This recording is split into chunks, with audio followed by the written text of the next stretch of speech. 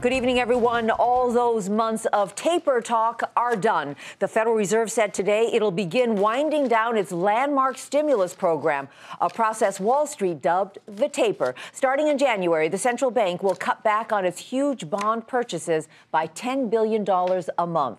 Why now? Speaking at his last press conference as Fed chairman, Ben Bernanke said the economy is healthier and the job market is making progress. So this marks the beginning of the end of the Fed's historic easy money programs that were launched in 2008 to stabilize the economy during the debilitating financial crisis. The reaction on Wall Street was surprisingly positive. Stocks skyrocketed and the Dow and the S&P 500 hit new record highs. Here are the numbers. The blue chip Dow soared almost 300 points, rebounding from a 60-point loss and closing well above the 16,000 level. The Nasdaq jumped 46 and the S&P surged almost 30 points. Over in the bond market, prices on the 10-year Treasury fell and its yield rose to 2.89%. We have two reports tonight on the Fed's big decision, one on the massive record-setting reaction in the stock market. Bob Pisani has that story. But we begin with Steve Liesman in Washington tonight on what the Fed did, why, and what Chairman Ben Bernanke said about it at his last press conference as central bank chief.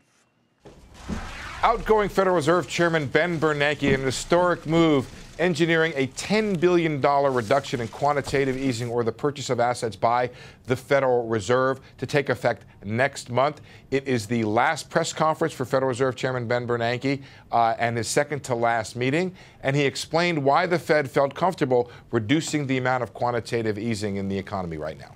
Our modest reduction in the pace of asset purchases reflects the committee's belief that progress towards its economic objectives will be sustained. If the incoming data broadly support the committee's outlook for employment and inflation, we will likely reduce the pace of securities purchases in further measured steps at future meetings. Bernanke suggested that the Fed would reduce the $85 billion in monthly QE in measured increments. It sounded like about $10 billion a month reduction, depending upon the economy. He said the course of reductions is data dependent. But he also said that when the Fed hits the 6.5% unemployment threshold, at which the Fed said it would raise rates, says, no, that's not going to happen anymore. The Fed giving substantial guidance that the Fed would remain on hold once they hit the 6.5% unemployment rate. We couldn't put it in terms of another unemployment rate level specifically. So I expect there will be some time past the 6.5% before all of the other variables that we're looking at will line up in a way that will give us confidence that the labor market is strong enough to withstand the beginning of increases in rates. Bernanke's last meeting is in January, and Fed Chair nominee Janet Yellen is supposed to be confirmed by the Senate this week as his replacement. Bernanke was asked if Yellen supports the program, and he said that she fully does. So policy is expected to continue to be pretty much the same under Janet Yellen as it was under Fed Chairman Ben Bernanke. For Nightly Business Report, I'm Steve Liesman.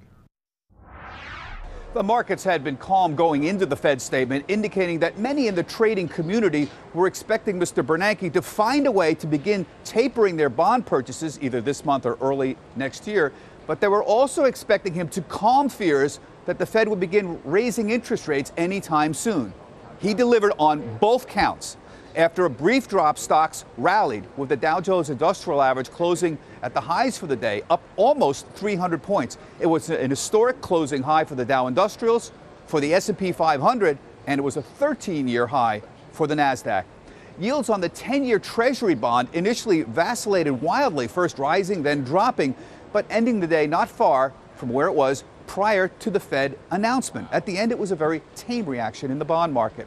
As for volatility, the VIX, or the Fear Index, which is a measure of how much protection traders are seeking against market declines, went down, and it went down dramatically, about 15%. That is a very large drop, indicating that Bernanke is managing expectations in a way that's not causing traders to run out and to panic.